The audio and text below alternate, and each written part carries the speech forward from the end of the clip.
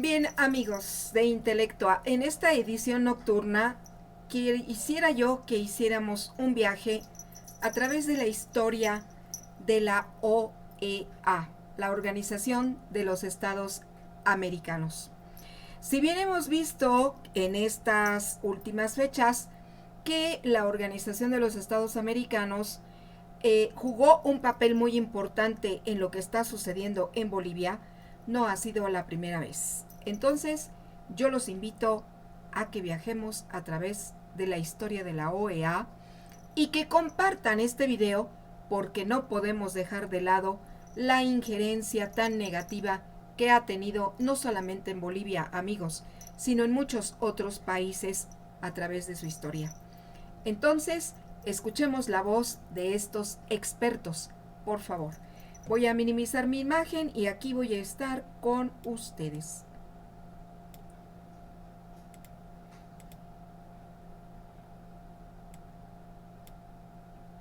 Bien, escuchemos, por favor.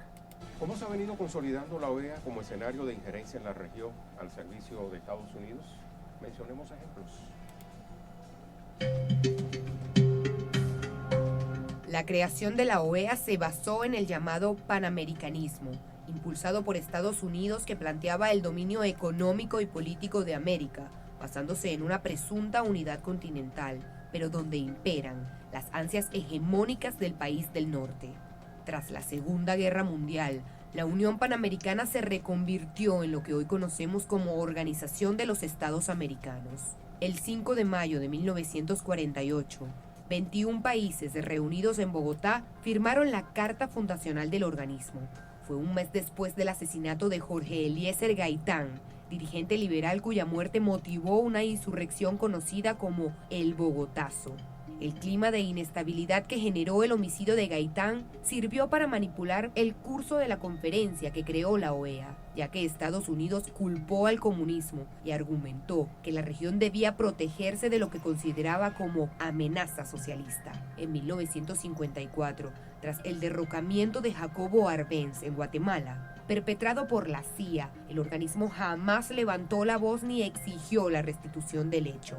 Respecto a Cuba, la OEA siempre ha tenido una política hostil. En enero de 1962, en Punta del Este, Uruguay, el organismo expulsó al país caribeño, acusándolo de un presunto irrespeto a la democracia. Sin embargo, nada dijo acerca del desembarco de marines de Estados Unidos en Santo Domingo en 1965, ni del Plan Cóndor perpetrado por las dictaduras del Cono Sur. Uno de los momentos en que más se evidenció el papel de la OEA fue el 28 de junio de 2009, cuando ocurrió el golpe de Estado contra el presidente de Honduras, Manuel Zelaya. Durante la cumbre del Grupo de Río en 2010, celebrada en Cancún, el líder venezolano Hugo Chávez advirtió sobre el dudoso desempeño de la OEA durante este quiebre a la democracia en Honduras. Su actual secretario general debería tener una postura ecuánime, según los postulados de la OEA. Sin embargo, en los primeros días de abril de 2017, alentó a que se convoque a una sesión del Consejo Permanente para tratar solo la situación de Venezuela. La reunión no tuvo el consentimiento de Bolivia ni de Haití, naciones que estaban a cargo de la presidencia y vicepresidencia respectivamente. La actuación de este organismo durante el intento de golpe contra Rafael Correa en 2010, su injerencia en Nicaragua y su activa participación durante el reciente golpe de Estado en Bolivia han reafirmado el carácter profundamente colonialista de la Organización de los Estados Americanos. Sobre eso vamos a dialogar a continuación con Silvio Sánchez Serpa, abogado, investigador, docente universitario. Profesor, ¿cómo está? Muy bien, gracias, Rey. Muy interesante este resumen de tu programa, ¿verdad? Que bien ilustrativo de la OEA y del papel en América Latina. Y en ese resumen nos queremos basar, profesor, para comenzar a dilucidar algunas ideas, porque la audiencia pudiera tomar esto como muy jalado de los pelos, de que estemos manejando la tesis acá, de que la OEA ve a Dominica, en este caso el proceso electoral, más con ojos golpistas que con ojos democráticos. Sí, hay un tema bien interesante. Primero, que los pueblos deben entender lo que es un secretario general de un organismo internacional como la OEA, ¿no? Él es designado por los presidentes de América Latina y el Caribe. Y la OEA no es un organismo supranacional, ¿no? Es un organismo que responde precisamente a la soberanía de los pueblos. Sin embargo, este secretario parece comportarse como una especie de dictador de América que pretende ser un gran gobernante que quita y pone presidentes a su gusto.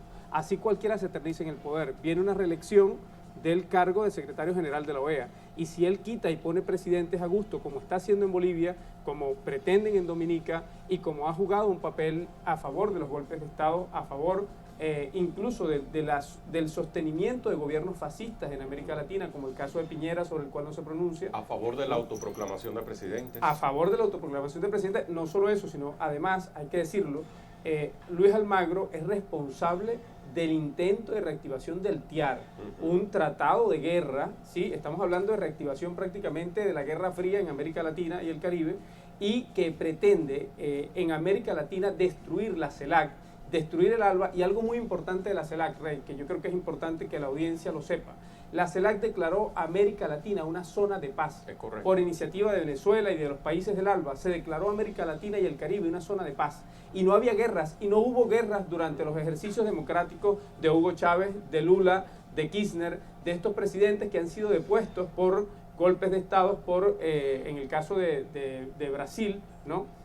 Como Dilma Rousseff, Paraguay, que también hubo un golpe de Estado. Surge la CELAC como una alternativa a la OEA, sin la presencia de Estados Unidos y Canadá. Correcto, y de alguna manera un organismo que representa, después de muchos años de esfuerzos de nuestro libertador Simón Bolívar de crear una unidad latinoamericana y caribeña, es el primer organismo que reúne a todos los países de América Latina y el Caribe sin la presencia de Estados Unidos y Canadá, con quienes no existen intereses comunes, ¿no?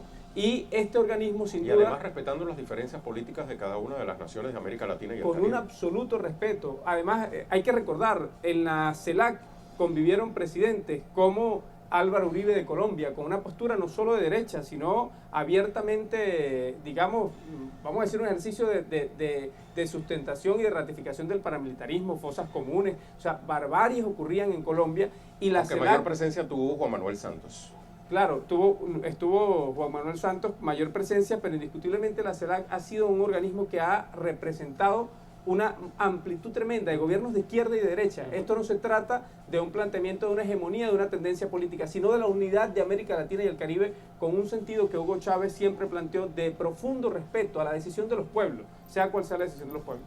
Pero hay algo más que decir de Almagro en este momento. Almagro está sustentando hoy en Bolivia lo que sería en la retoma de procesos de reconquista de América Latina con rasgos supremacistas, con rasgos racistas, que reviven el fascismo más crudo de la humanidad. Estamos hablando de actos tan crueles y tan terribles como los de Mussolini o de Hitler, ¿no? Y estamos hablando de retomar la Biblia como un instrumento de sometimiento de los pueblos, y de un pueblo como Bolivia, donde hay una mayoría de población indígena.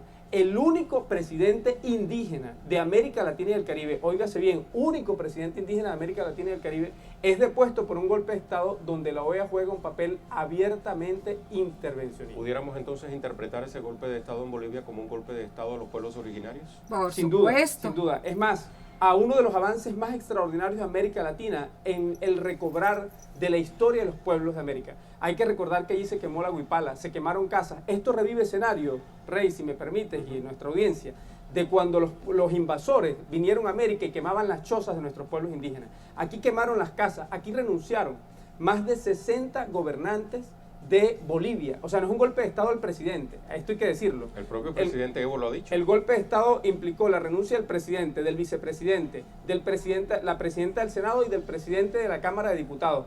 Todos los llamados a suceder al Estado completo. Todos los llamados a suceder en el cargo al presidente Evo Morales fueron depuestos por estas persecuciones fascistas y racistas. Pero además, la actitud de Evo Morales, que contrasta mucho con la de Piñera, un presidente que decide no llamar a Fuerzas Armadas a reprimir, que decide no plantearse un escenario de guerra, sino yo renuncio por la paz de mi país, vamos a elecciones, busquemos medidas democráticas. Y la OEA respalda todo esto al mismo tiempo que respalda a un Piñera que es que ha roto récord Guinness en lesiones oculares como parte de la represión en un país en el mundo. Una cosa de un nivel de barbaridad. Las violaciones en Chile, hay que decirlo. Miren, han aparecido mujeres como la Mimo, que apareció colgada, ahorcada en un parque después de ser violada, torturada. Una periodista que registró las manifestaciones aparece violada, torturada. un récord de violaciones a mujeres. O sea, ¿qué está pasando en América Latina? Y hombres. Sí, y también, correcto. ¿Qué está pasando en América Latina y en el mundo que no podemos entender? Que no hay una reacción contundente. Hay que saludar el comunicado de ¿Es Alba responsable TCP. entonces la OEA por omisión en este caso? No solo por omisión, por intromisión. O sea, la actitud de la OEA, hay que decirlo, tú lo decías en tu programa, hay que recordarlo. A la OEA hasta ahora no ha presentado un informe final de las elecciones en Bolivia con un informe preliminar, supuestamente preliminar. Adelantado. Adelantado además, y después que ya Evo Morales había anunciado que salía del cargo para llamar a nuevas elecciones. Después de eso, la OEA publica un informe para azuzar el fascismo y el racismo en Bolivia. Es una cosa realmente cruenta la que Luis Almagro, lamentablemente, yo estoy seguro que así como en Paraguay lo rechazaron, los pueblos de América Latina van a rechazar a Luis Almagro donde vaya. Este personaje va a pasar a la aquí historia. me llama la atención algo. Lo hace, citando palabras suyas, profesor, Luis Almagro, por conveniencia o no de los mandatarios, o sea, por que le convengan o no a él los mandatarios de las diferentes naciones de América Latina, o hay alguien que represente a Luis Almagro en esta Sin ocasión? duda, todo lo que se ha dicho en el programa sobre el papel colonialista de la OEA es indiscutible. Y la OEA es el Ministerio de las Colonias de Estados Unidos en América Latina. Ha sido responsable de promover relaciones coloniales con pueblos de América Latina durante muchos años. O sea que en este caso, si bien tenemos que utilizar The Voice of America, Luis Almagro es la voz de Estados Unidos. No solo de Estados Unidos, además de la complicidad de presidentes fascistas en América Latina. Hay que recordar, el presidente Piñera dijo públicamente, estamos en guerra, frente a unas manifestaciones de pueblo en la calle reclamando por aumentos de un pasaje, ¿no? Y dijo, estamos en guerra. Cuando él dice estamos en guerra, no lo está diciendo Piñera, lo está diciendo el Grupo de Lima. Lo está diciendo países que están entrando en crisis, que decretaron estados de sitio, caso Colombia, caso Chile, caso Ecuador, renuevan la declaración de estados de sitios en América Latina. Entonces están en guerra ¿con quién? Con los pueblos. Están en guerras con los pueblos de América Latina y del Caribe. El Y no asesinato dejen de fuera líderes sociales Venezuela. en Colombia, un asesinato masivo, permanente, una cosa que realmente llega a un nivel de escalada sorprendente para la humanidad. Yo estoy seguro, confío que la humanidad en algún momento pondrá los ojos de verdad sobre América Latina, más allá del silenciamiento que pretenden muchas transnacionales de la comunicación y en las que Telesur rompe realmente los esquemas y pone la verdad sobre la mesa, la verdad de los pueblos de América Latina y del Caribe y la verdad de la humanidad, de la paz, de la justicia que requieren los pueblos de la humanidad. Hablando del Caribe, profesor, ¿por qué con Dominica ahora? Dominica es una pieza más en el tablero de países de América Latina y el Caribe. La OEA va a un proceso de reelección. Ya los pueblos de América Latina y el Caribe, recordemos el revés en México, recordemos el revés en Argentina, resurge la izquierda en América Latina, o por lo menos países progresistas, independentistas, más allá de que la posición sea firmemente de izquierda o de derecha. Y donde pero no se ha con logrado posturas formar independentistas. gobierno, el pueblo está en las calles. Claro, indiscutiblemente. Además tienes riesgos en Chile con un pueblo movilizado, tienes riesgos en Colombia con un pueblo movilizado, tienes riesgos en Ecuador con un pueblo movilizado, y Almagro lo que pretende es mover las piezas en función de él, designar los presidentes que lo vayan a reelegir. Es realmente parte del sostenimiento de la hegemonía norteamericana, una hegemonía colonialista que ahora cobra rasgos fascistas, coloniales y racistas, como el caso de Bolivia. Dominica pudiera parecer una islita insignificante, ¿no? Pero representa también un voto, tanto en la OEA como en Naciones Unidas. Correcto, y además... Un voto que se ha plantado contra Estados Unidos. Claro, pero además miembro de la unidad del CARICOM, ¿no? De los países del Caribe que como también reflexionábamos con uno de nuestros invitados, se ha plantado la CARICOM en bloque contra los dictámenes de Estados Unidos respecto a Venezuela y Cuba, por ejemplo. Correcto. Esto es la apertura de una grieta en la unidad del CARICOM. O sea, aquí se está pretendiendo quebrar a una región. Yo creo que el CARICOM está claro, creo que los países del CARICOM y los pueblos del CARICOM tienen suficiente madurez. Ya antes de que la OEA emitiera un comunicado, ellos emitieron un comunicado rechazando las declaraciones injerencistas de Almagro, que ya se adelantaba. Antes de que se convocara el proceso de elección, ya Almagro había referido que no habrían elecciones justas y libres en Dominica.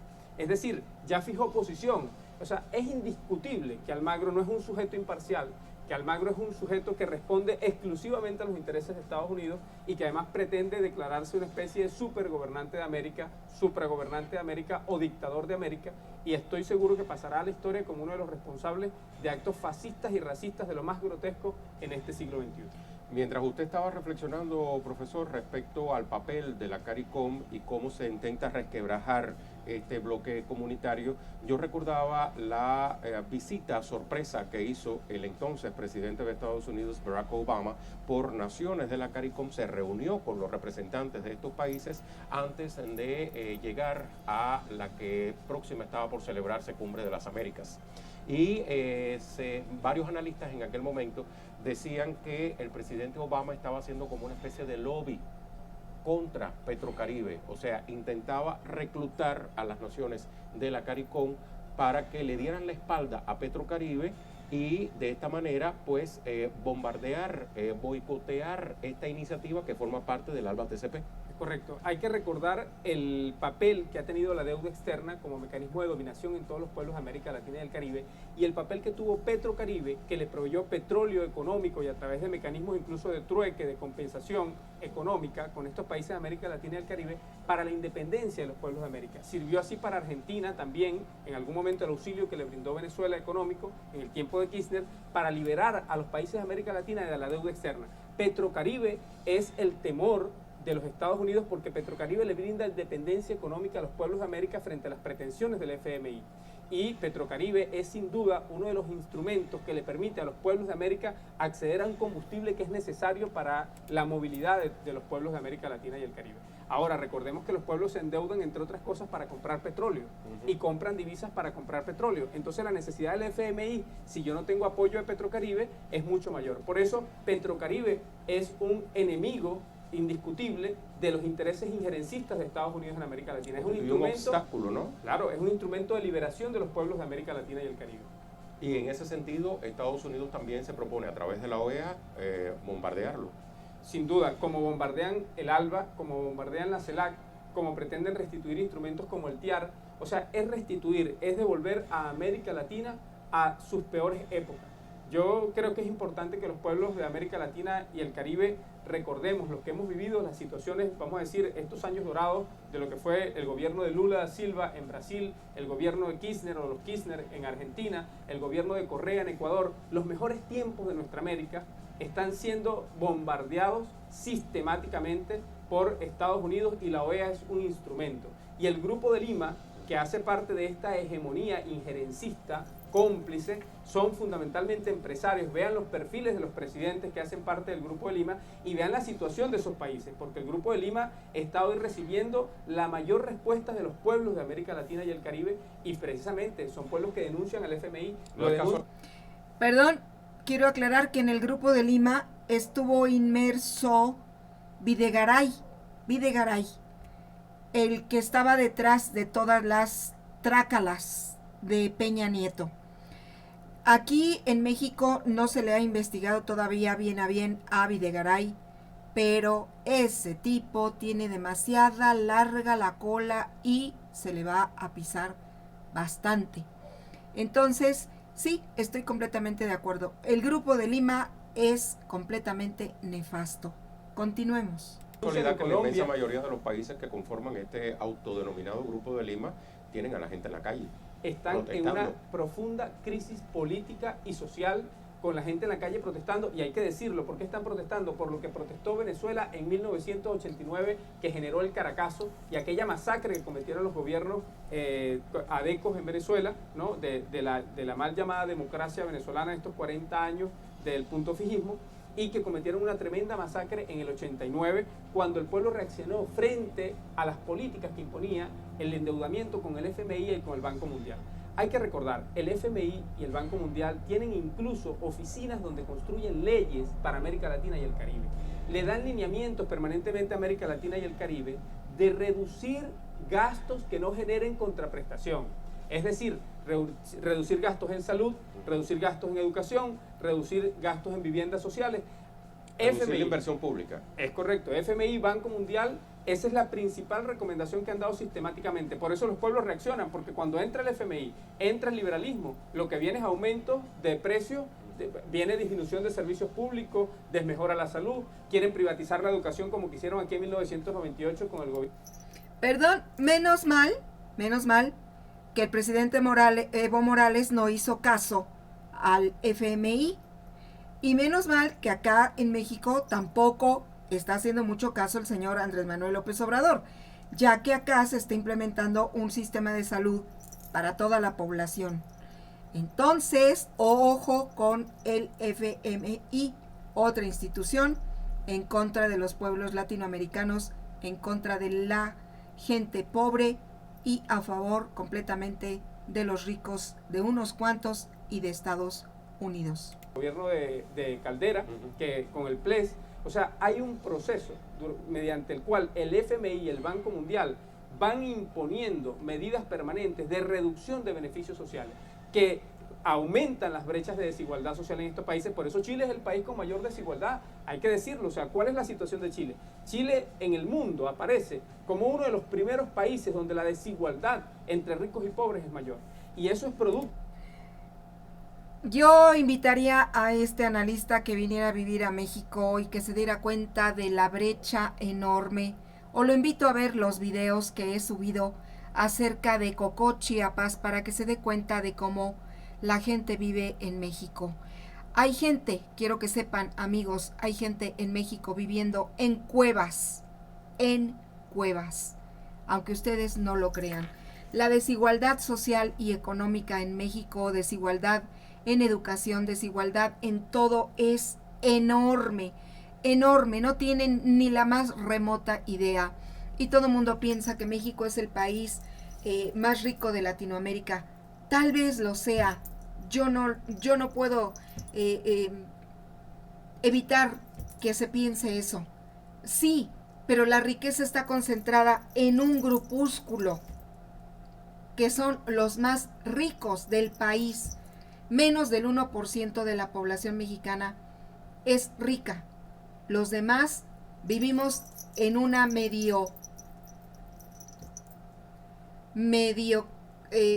clase social más o menos, pero la mayoría de los mexicanos viven en pobreza y 8% de los mexicanos viven en extrema pobreza, que es demasiado. Precisamente, digamos, Chile es la referencia que el FMI y que en el mundo presenta como economía en América Latina y el Caribe. ¿Y a costa de qué? De una desigualdad profunda, de la miseria de los pueblos, de una educación toda privada, donde no hay acceso a educación gratuita de ningún tipo, ¿verdad? Donde la salud está privatizada prácticamente toda, donde el pueblo no tiene acceso a los servicios básicos, donde los derechos humanos que valen son únicamente los derechos de los empresarios, los derechos de las libertades, pero los derechos sociales, los derechos de los pueblos son indiscutiblemente violentados de manera sistemática. Pero esos son los gobiernos que aplaude el secretario general de la OEA, profesor. Muchísimas gracias por su tiempo A ti, para reflexionar junto a nosotros acá en La Jugada Crítica. muchísimas gracias a ti, Rey, de verdad felicidades a este programa, felicitaciones a este programa de Jugada Crítica y a este extraordinario análisis que antecedió a nuestra intervención también. Bueno, amigos, ahí lo tienen. Esta es una breve semblanza de lo que ha sido la OEA en su historia, durante su historia. Es decir, tiene demasiada tela para donde cortar y para donde criticársele a la OEA. Voy a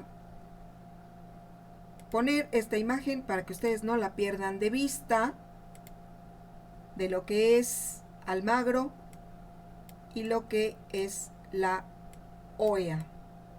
Aquí claramente dice, ahorita se los leo, que ya lo puse en uno de mis, en una portada de mis videos. Déjenme la hago grande porque no alcanzo a ver. Dice, las elecciones en Bolivia estuvieron llenas de irregularidades. En cambio, vieran qué bonito les quedó el golpe de estado. De veras que no tiene...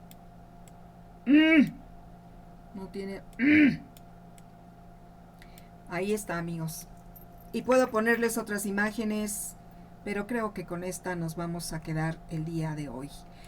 Por favor, amigos, comenten, pasen este video, porque todo el mundo tiene que darse cuenta de lo que en realidad es la OEA. Ahora van contra Dominicana, ya lo escucharon ustedes. Y todo lo que está pasando en Colombia, bueno, Colombia no se ha manifestado en favor de Bolivia. Sin embargo, no podemos dejar de lado que ha habido ya muertos y heridos en Colombia. Venezuela sigue con problemas y todo porque Estados Unidos quiere el petróleo venezolano. Bueno, aparte del boliviano, ¿verdad? Y de todo lo que quiere de Bolivia.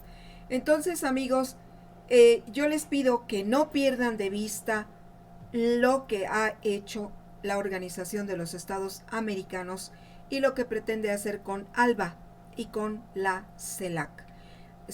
Entonces, estemos al pendiente y no dejemos de comentar entre todos, entre nosotros, con amigos, con familiares y que siempre nos estemos informando. Ahora lo he dicho fuerte y quedito, ya no hay excusa para que la gente diga yo no tengo acceso a la educación, no tengo acceso a la información.